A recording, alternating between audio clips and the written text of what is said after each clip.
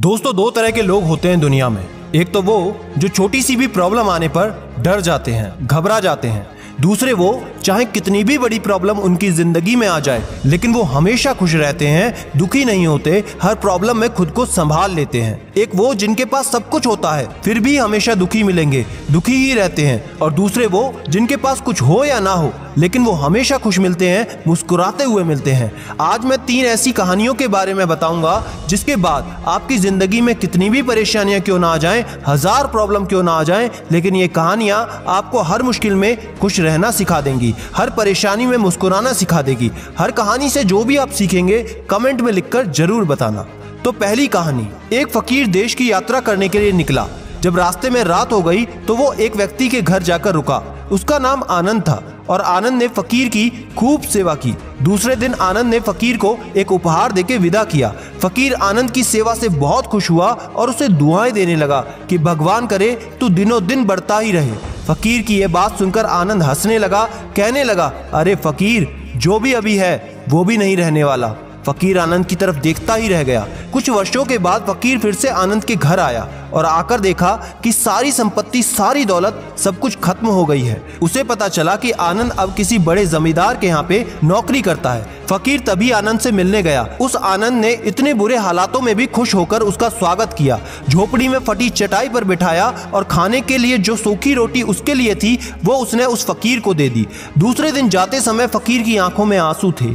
फकीर कहने लगे, हे भगवान, तूने ये क्या कर दिया। आनंद फिर हंसा और कहने लगा, अरे फकीर, ईश्वर हमें जिस हाल में रखे हमें खुश रहना चाहिए, उसे धन्यवाद देना चाहिए। समय हमेशा बदलता रहता है और सुनो, ये भी नहीं रहने वाला।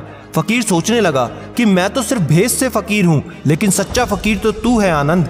कुछ वर्षों के बाद फिर से वो यात्रा पर निकला और आनंद से मिला। देखकर हैरान रह गया।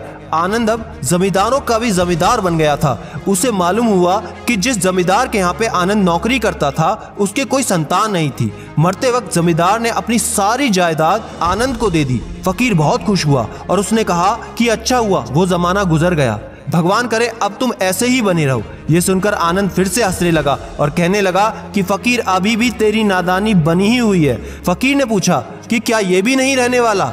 आनंद ने उत्तर दिया, हाँ, या तो ये चला जाएगा या फिर इसे अपना मानने वाला चला जाएगा। यहाँ पर कुछ भी हमेशा रहने वाला है ही नहीं, और अगर कुछ भी शाश्वत है तो वो है हमारी आत्मा, हमारे मन की शांति, हमारे मन का सुकून। और बाकी जो कुछ भी है वो हमेशा रह ही नहीं सकता। फकीर ने आनंद की बातों को बहुत ध्यान से सुना और वापस चला गया।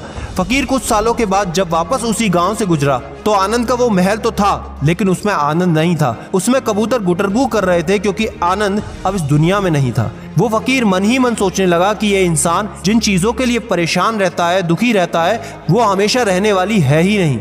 ये कहानी हमें शिक्षा देती है, जब भी हमारी ज़िंदगी में मुश्किलें आएं तब हमें ये सोचना चाहिए कि इससे पहले जो ज़िंदगी में मुश्किलें आईं, मुसीबतें आईं, क्या वो हमेशा रहीं, क्या वो हमेशा रुकी। जैसे आज तक सारी मुश्किलें आकर चली गईं, वैसे ही ये मुश्किल जो अभी आई है वो भी आकर चली जाएगी। दूसरी कहानी में एक व्यक्ति मरने वाला था, मृत्यु के बहुत करीब था। उसने अपने बेटे को चांदी से भरा हुआ एक थैला दिया। उसने अपने पुत्र को बताया कि जब इस थैले में चांदी के सिक्के खत्म हो जाएं तो मैं तुम्हें एक प्रार्थना बताता हूँ, उसे दोहराने से चांदी के सिक्के फिर से भर जाएंगे। उसने अपने बेटे के कान में 4 शब्दों की एक प्रार्थना कही और वो मर गया।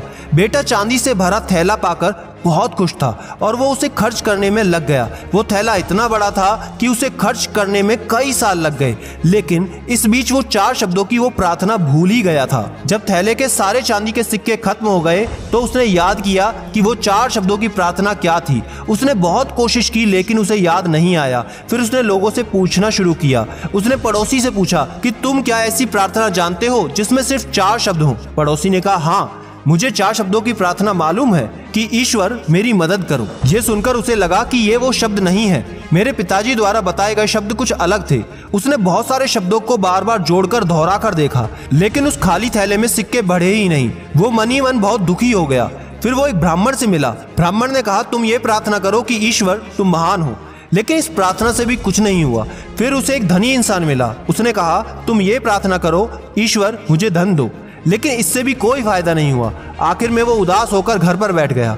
फिर एक भिखारी उसके दरवाजे पर आया और उसने कहा कि सुबह से मैंने कुछ नहीं खाया है, खाने के लिए कुछ दे दो। उस लड़के ने बचा हुआ खाना उस भिखारी को दे दिया। भिखारी ने खाना खाकर ईश्वर से प्रार्थना की, हे ईश्वर तुम्हारा धन्यवाद। वो लड़का अचानक चौंक गया और चिल्लाने लगा। यही तो वो 4 शब्द थे। उसके ये 4 शब्द दोहराने से कि हे ईश्वर तुम्हारा धन्यवाद, उसका खाली थैला फिर से चांदी के सिक्कों से भर गया। ये कहानी भी हमारी जिंदगी से जुड़ी है। वो खाली थैला हमारी जिंदगी है और वो चांदी के सिक्के हमारी खुशियां हैं। जब तक हम अपनी जिंदगी में शिकायत करते रहते हैं, परेशान होते रहते हैं, तब तक हमारी जिंदगी के खाली थैले में वो खुशियों के सिक्के आते ही नहीं। लेकिन जब हम सारी शिकायतों को छोड़कर उस ईश्वर को धन्यवाद करते हैं, प्रकृति को दिल से धन्यवाद करते हैं, शुक्रिया अदा करते हैं, तो हमारी जिंदगी में भी खुशियों के सिक्के भर जाते हैं। याद रखना एक बात को, जो इंसान हमेशा शिकायतों में बना रहता है वो कभी खुश नहीं रह सकता। जो इंसान हमेशा धन्यवाद के भाव से बना रहता है वो इंसान हमेशा आपको खुश मिलेगा। उस इंसान की जिंदगी में आपको शांति और सुकून हमेशा मिलेगा। तीसरी कहानी, एक चिड़िया ने खेत में अपना घोंसला बनाकर उसमें अंडे दिए। उसमें समय आने पर 2 बच्चे निकले। चिड़िया दाना चुगने के लिए रोज जंगल जाती और इस बीच उसके बच्चे वहां पर अकेले रहते थे।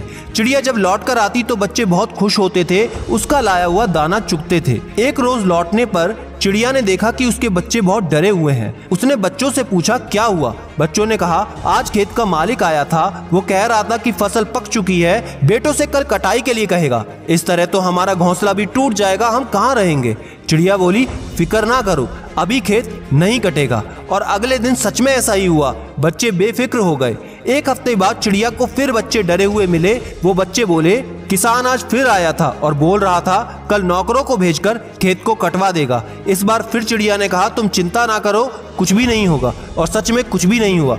अगले हफ्ते फिर से बच्चों ने बताया कि किसान आज फिर आया था और कह रहा था कि फसल कटाई में बहुत देर हो गई है, कल वो खुद आकर के खेत को काटेगा। ये सुनकर चिड़िया बोली कि अब खेत कल पक्का कट जाएगा। वो अपने बच्चों को लेकर तुरंत एक सुरक्षित स्थान पर चली गई। बच्चे बड़े हैरान थे क्योंकि खेत सच में काटा गया था। और उन बच्चों ने अपनी माँ से पूछा कि तुम्हें कैसे पता कि इस बार खेत पक्का कट जाएगा। तब चिड़िया बोली कि जब तक कोई इंसान दूसरों पर निर्भर रहता है तो उसके काम को पूरा होने में हमेशा संदेह बना रहता है, लेकिन जब कोई इंसान अपना काम खुद पूरा करने की ठान लेता है तो वो काम जरूर होता है। ये कहानी भी हमें शिक्षा देती है, जब तक हम दूसरों पर डिपेंड रहते हैं, दूसरों के आश्रय पर चलते रहते हैं, दूसरों के भरोसे पर रहते हैं, तब तक हमारे काम ढंग से हो ही नहीं पाते। लेकिन जिस दिन हम अपने सारे काम अपने हाथ में ले लेते हैं, अपने काम में खुद जुट जाते हैं, तब वो हमारे सारे काम जरूर पूरे होते हैं। दोस्तों, जितनी चीजें आपने इन कहानियों से सीखी कमेंट पर लिखकर जरूर बताना। और याद रखना, मैं हूं सिद्धांत शर्मा, कोई है या नहीं, मैं हमेशा आपके साथ हूं। Be happy and stay motivated with सिडीमेनिया।